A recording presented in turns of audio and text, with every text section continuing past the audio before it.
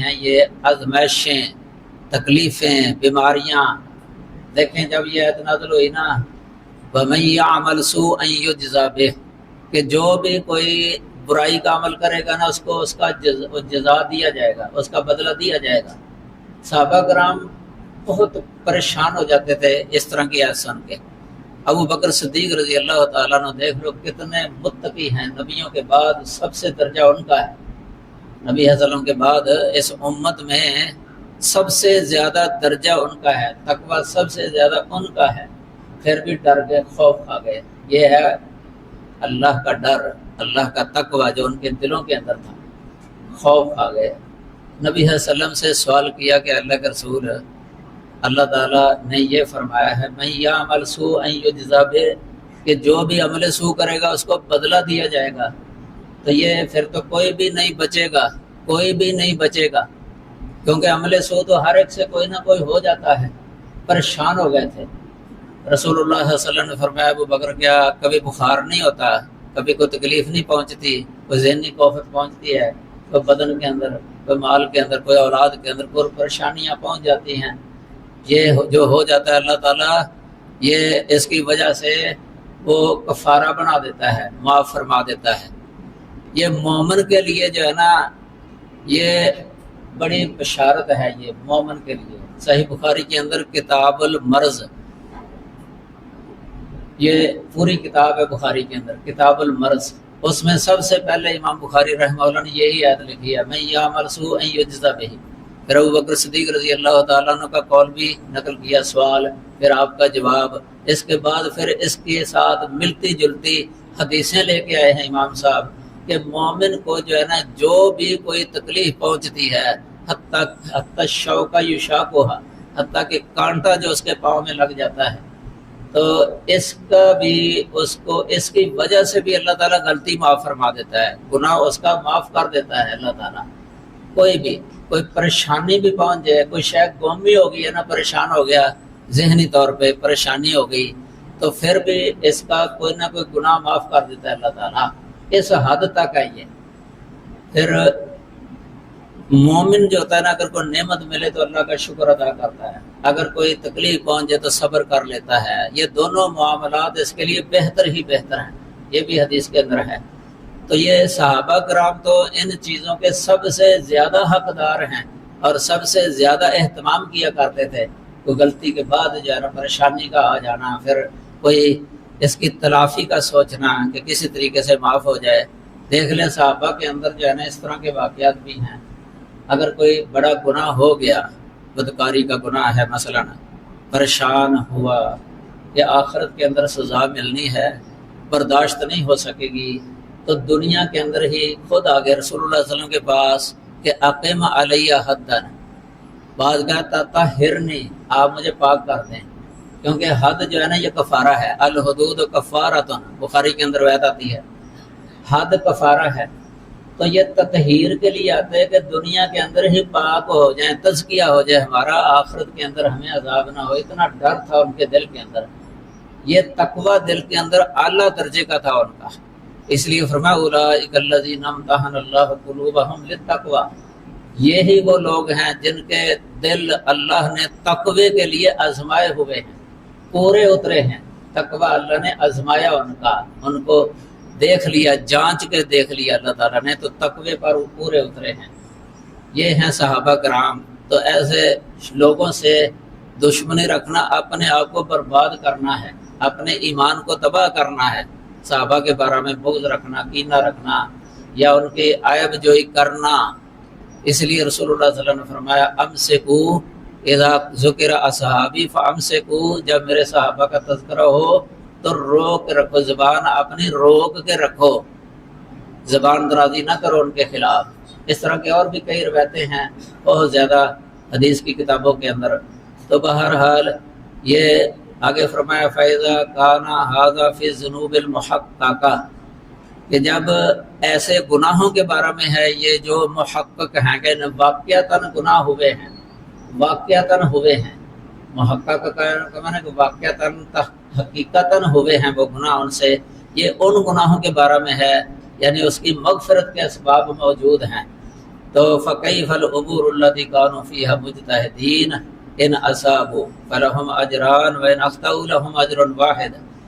تو ان کے بارے میں کیوں نہیں ہو سکتا کہ جب وہ جن گناہوں کے بارے میں وہ مجتہد تھے، یعنی اجتہادی غلطی کی وجہ سے ہوئے تھے، اجتہادی غلطی کی وجہ سے ہوئے تھے، اگر تو وہ اجتہادی غلطی نہیں ہے، اجتہاد درست ہے، تو پھر تو ان کے لیے دوہرا اجر ہے، 2 اجر ہے۔ اگر وہ خطا ہوئی ہے، اجتہادی خطا ہوئی ہے، پھر 1 اجر پھر بھی مل جاتا ہے، والخطأ مغفور، اور غلطی جو ہے نا یہ بخش دی گئی ہے۔ مجتہد کی غلطی جو ہے نا، یہ بخاری کے اندر حدیث آتی ہے، اذا اجتہد الحاکم فاصاب فلہ اجران وان اخطأ فلہ اجر واحد، صحیح بخاری میں ہے یہ۔ تو یہ خطا جو ہے نا یہ مغفور ہے، بخشی گئی ہے۔ تو پھر کہتے ہیں ثم القدر الذی ینکر من فعلہم قلیل نظر مغمور فی جنب فضائل القوم ومحاسنہم، پھر جو ان کے فعل ہے نا، یعنی کوئی خطا وغیرہ جو ہے نا، یہ ان کے فضائل کے مقابلے میں یہ ایسے ہی سمجھ لیں کہ اس طرح ایک سمندر ہوتا ہے نا، پانی بہت زیادہ، تو اس کے اندر چھوٹی سی کوئی شے ہو وہ بھی نظر نہ آئے، پانی کے نیچے چلی جائے، پانی اوپر آ جائے، اس طرح ہے۔ یعنی وہ خطا جو ہے نا ان کی فضیلتوں کے اندر، ان کی نیکیوں کے اندر وہ نظر ہی نہیں آتی، وہ جس طرح چھپ گئی ہے، وہ اس کے تحت ہو گئی کہ وہ غالب آ گئی ہیں نیکیاں، فضائل غالب آ گئے ان کی خطاؤں پر۔ تو من الایمان باللہ، نیکی ان کی یا فضائل ان کے، محاسن ان کے کیا ہیں؟ اللہ پر ایمان ہے، اتنا ہی ہے یہ من الایمان باللہ۔ تو یہ ایمان کے بعد یعنی دوسرے اعمال صالح، نیکیاں جو پہل کیا کرتے تھے، بڑھ چڑھ کے حصے لیتے تھے نیکیوں کے اندر۔ دیکھ لیں ایک صحیح بخاری کے اندر واقعہ آتا ہے، ایک شخص تھے، وہ نا غلطی ہوئی، شراب نوشی ہوگی، خمر، نبی صلی اللہ علیہ وسلم کے پاس لے آئے، آپ نے حکم دیا کہ اس کو جو ہے نا وہ جو شراب کی سزا ہے نا وہ دے دی جائے۔ صحابہ نے دے دی، تو کسی صحابی نے اس کے بارے میں کوئی لفظ بول دیا، آپ نے منع کر دیا کہ نہ کہے اس کو، یہ نہ کہے، فَإِنَّهُ يُحِبُّ اللَّهَ وَرَسُولَهُ، کیونکہ یہ اللہ اور اس کے رسول کے ساتھ محبت کرتا ہے۔ دیکھ لیں غلطی بھی ہوئی ہے، پھر بھی رسول اللہ صلی اللہ علیہ وسلم نے گواہی دی صحابی کے بارے میں کہ یہ اللہ اور رسول کے ساتھ محبت کرتا ہے۔ آج ہمارے دور میں اگر اس طرح ہونا تو ہو سکتا ہے وہ ہم پوری زندگی اس سے بغض ہی رکھیں، اس کو برا بھلا کہیں، چاہے اس پر حد لگ بھی جائے نا، پھر بھی اس کو برا ہی کہتے رہیں، اس سے بغض ہی رکھتے رہیں۔ حالانکہ رسول اللہ صلی اللہ علیہ وسلم کہ اللہ رسول سے یہ محبت کرتا ہے۔ یہ غلطی کا ہو جانا جو ہے نا یہ ممکن ہے، اوپر بھی یہ عبارت آئی تھی صحابی سے، کیونکہ وہ معصوم عن الخطا نہیں ہیں۔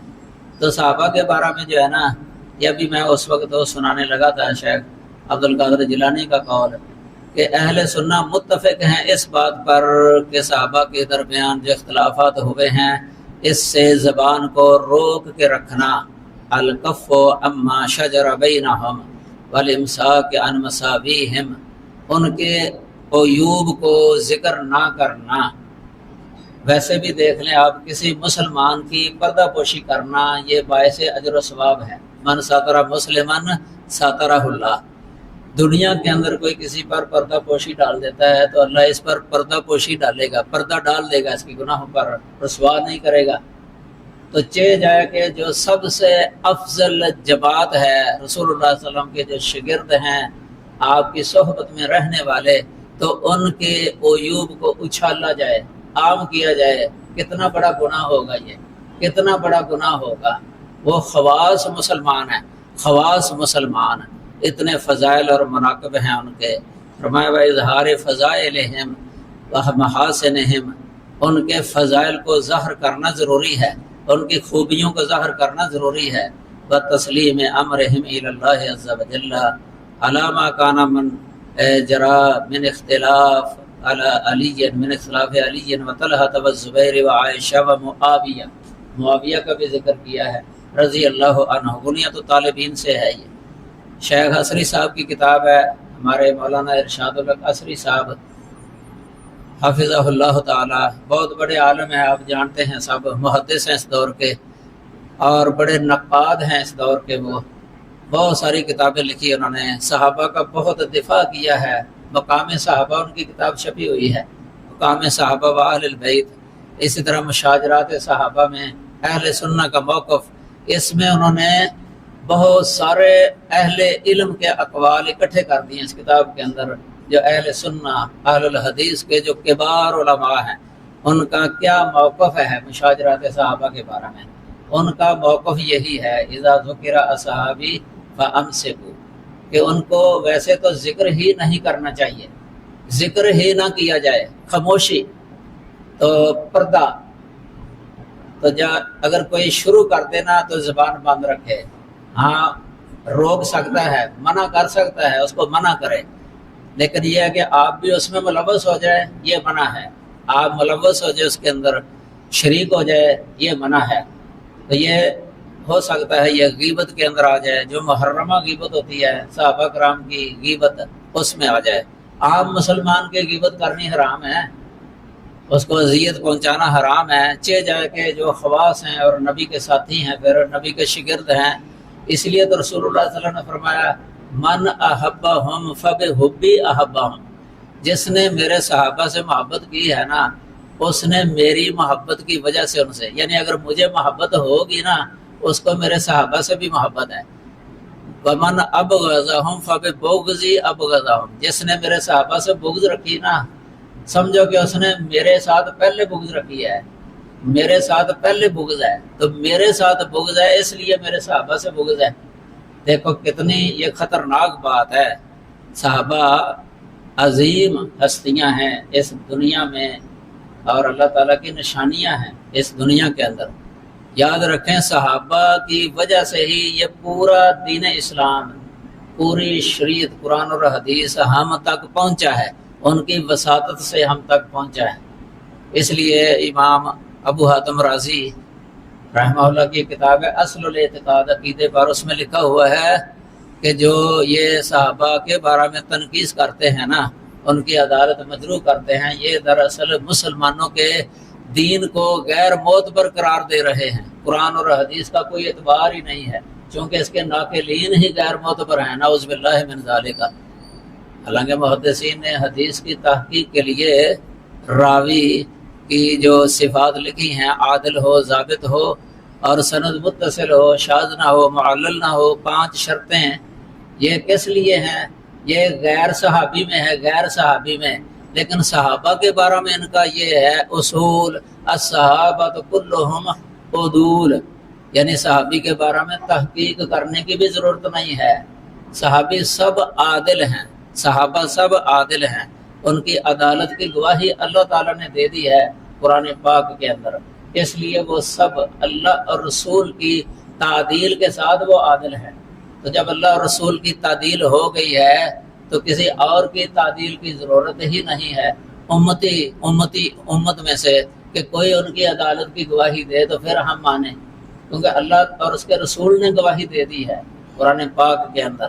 اللہ تعالیٰ نے ان کو اچھے اچھے القاب کے ساتھ جو ہے نا یاد کیا ہے۔ کہیں فرمایا اولئک ھم الراشدون، یہ صحابہ کے بارے میں ہے نا، سب سے پہلے یہی جماعت ہے۔ جب یہ آیتیں نازل ہوئی تھیں صحابہ کرام ہی موجود تھے، ابھی بعد والے تو دنیا میں آئے ہی نہیں تھے۔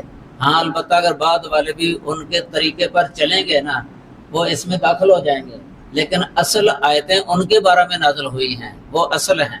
تو اولئک ھم الراشدون، سورہ حجرات 7 نمبر آیت کریمہ، اولئک ھم الفائزون، فائزون، دیکھو فائزون یہ کتنی بڑی سعادت مندی ہے اور کتنی بڑی بشارت ہے اللہ کی طرف سے، الفائزون، کہ یہ بہت بڑے کامیاب ہیں، پورے کامیاب ہیں۔ فائز اس کو کہتے ہیں جس کو عذاب بھی نہ ہو، عذاب کے بغیر ہی یعنی جنت کے اندر داخل ہو جائے۔